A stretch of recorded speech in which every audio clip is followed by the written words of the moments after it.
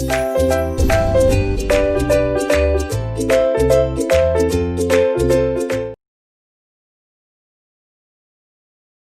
students, welcome to this English session.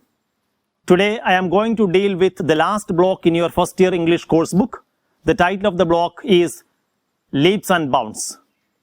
The block deals with how science has transformed the lives of people, how science has brought about revolutionary changes in every walk of life, how it caters to the demands of people, including the differently abled. At the same time, we have to bear in our mind that science and technology has its own hazards. The block comprises 3 important chapters. The first one, an article written by Esther Dyson. The title of the article is Cyberspace. It is on the use and misuse of cyberspace. The second one, a humorous at the same time thought-provoking write-up by Andrew Sullivan. The title of that write-up is Society Dead?, which speaks about people, the iPod generation, in a way disconnected from almost all sorts of social interactions. And the last one is a beautiful, heart-touching short story by Thayse Frank. The title of the story is Conceptual Fruit. The first chapter, Cyberspace by Esther Dyson, speaks about the use and abuse of cyberspace. Esther Dyson says, modern generation, modern psyche, modern mind prefers new frontiers. They love to explore. They love to make rules instead of following them. Earlier, cyberspace was the playground of computer nerds and techies, but now it has attracted the attention of almost all people, including school children. Cyberspace is a concept of widespread interconnected digital technology. Cyberspace is related to the use of global internet for various purposes, varying from commerce to entertainment. For describing cyberspace, she has used a beautiful metaphor, the metaphor of real estate. Real estate is a property consisting of land and buildings on it. It is an intellectual, legal and artificial environment. In real estate, there is difference between parkland and shopping mall. There is difference between red light zone and school district. There is difference between church, drugstore and state. Similarly, in cyberspace also, there are differences. There are different places. Some places are privately owned. Some other places are common places. Some places are rented out. Some places are suitable for children and some places are often left out by most of the people except strange persons. But unfortunately, now these strange places, these odd places attract popular imagination. And that is the reason why good citizens come to the conclusion that we have to regulate cyberspace. But the author says it is impossible to regulate cyberspace.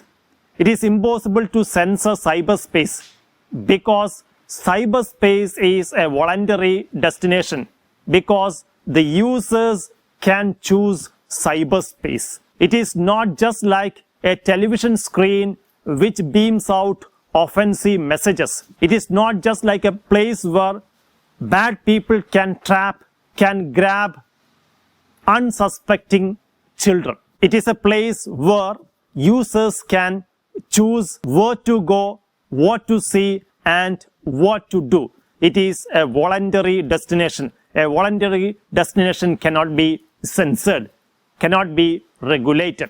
This is the attitude of Esther Dyson. At the same time, she says there should be certain rules, there should be certain standards, but these standards are to be set not by people from outside, but by the people within the community, within that cyber community. There is self-rule, not a rule from outside. There are 3 specific areas in cyberspace. The first one, the area of private emails. The area of emails which is similar to telephonic conversation or voicemails. It does not require any regulation because it is private and consensual. The second one is the area of entertainment and information. It is like bookstore or theaters. People go there, buy things, or they get services. Some of these services are paid and some others are free. We have to buy it or we have to request for a subscription. And the third area is the real community. People communicate among themselves. Each active participant contributes to a general conversation by a posted message. Others simply watch it or listen to it. Here, the space will become too noisy because of unwanted advertisements, because of rude participants, and also unhealthy discussions. There we need a moderator to ensure that the unwanted items, the objectionable items are left out of this, are kept out of this area. Cyberspace is unique because it liberates people from the tyranny of power structures.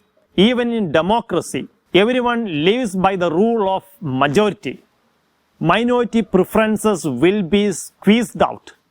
But in cyberspace, community of any size can flourish, irrespective of caste, creed, gender, nationality, people from anywhere, people who belong to various groups, people having similar tastes and interests.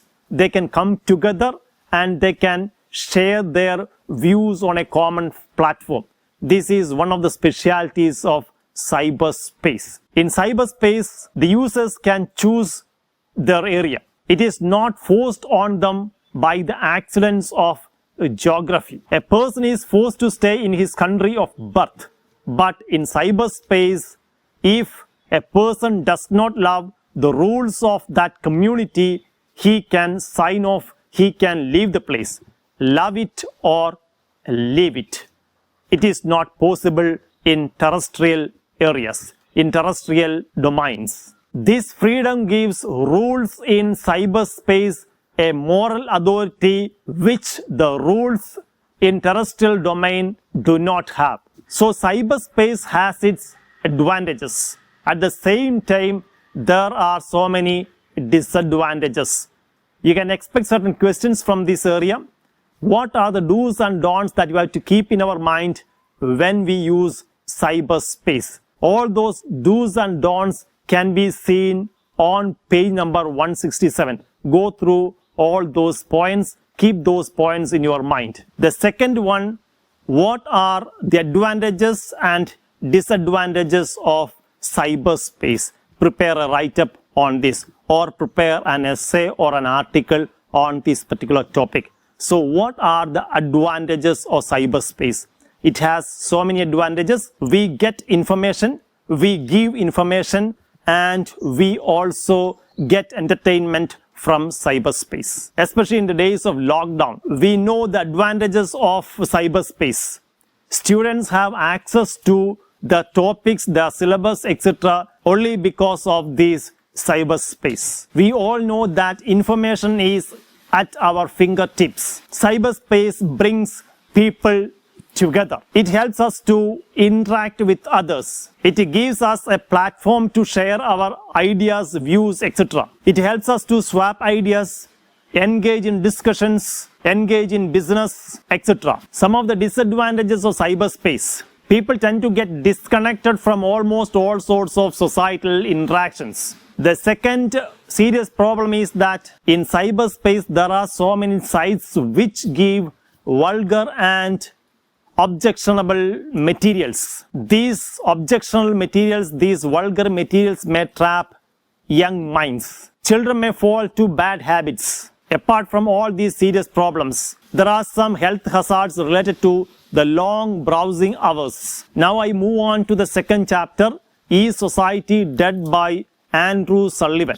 At the beginning of the chapter, he said, the nightlife of New York was pretty much dead.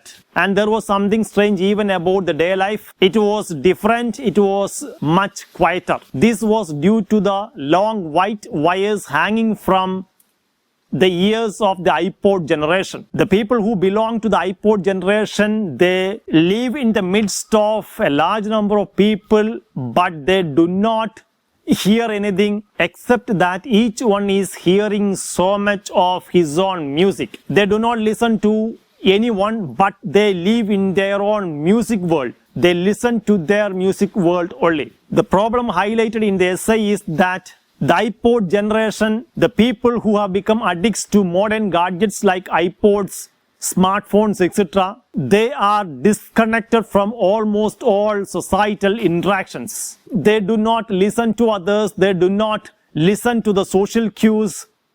They do not have any interaction with others. The rule that guides them is don't ask, don't tell, don't overhear, don't observe, just tune in and tune out. They live in their own world. They live in their own music world. They live in their own world of imagination, their own world of interest, their own world of taste. The serious problem is that we only listen to what we love. Technology has given us a world of our own, a universe of our own. We do not have the serendipity of meeting a stranger. We do not have the chance to listen to a music that we would never choose for ourselves. We would never have a chance to listen to an opinion that would change our mind about something. The author says, in the past also we had homes, we had retreats where we went to relax, where we went to unwind, where we went to shut out the world. But in the past, people did not live like hermit crabs. Unfortunately, in these days, people live like hermit crabs. Why does the author relate human beings to hermit crabs? Or why does he relate the iPod generation to hermit crabs? Hermit crab is a type of crab which has a very soft abdomen, which is vulnerable to the attack of predators. Because of that, it lives in a cast-off shell of mollusk to protect itself from the attack of predators. So that shell is surgically attached to the hermit crab.